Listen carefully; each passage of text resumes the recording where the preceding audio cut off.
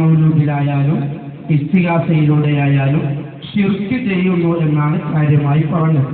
പക്ഷേ ശിർക്ക് ചെയ്യുന്നു എന്നതിന്റെ ഗൗരവം അറിയിക്കാൻ ഒരുപാട് ആയത്തുകളൊക്കെ വന്നു.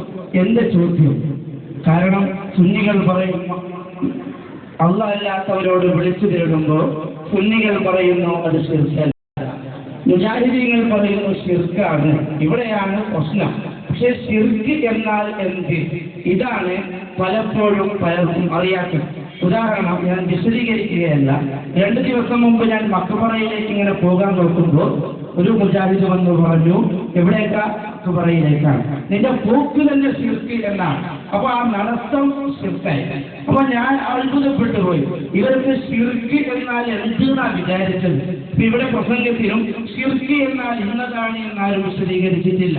അതുകൊണ്ട് ഇവിടെയുള്ള എല്ലാ മുജാഹിദുകളുടെ നാവിൽ നിന്നും നായികയ്ക്ക് 40 വർഷം വരുന്ന ഒരു വാക്കാണ് ശിർക്ക്, ശിർക്ക്, ശിർക്ക്.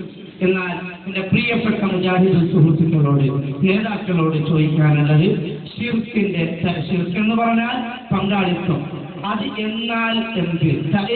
ഡെഫിനിഷൻ അറിയേണ്ടത് ഷിർക്കിന്റെ താരീഫാണ്, അതിന്റെ വിശദീകരണമാണ്. സഹോദരനായി മൈക്ക് സംഘാടകർക്ക് കൊടുക്കുക. ഇൻഷാ അല്ലാഹ് ഫൈസൽ മൗലവി അദ്ദേഹത്തിന്റെ സംശയത്തിന് മറുപടി പറയും.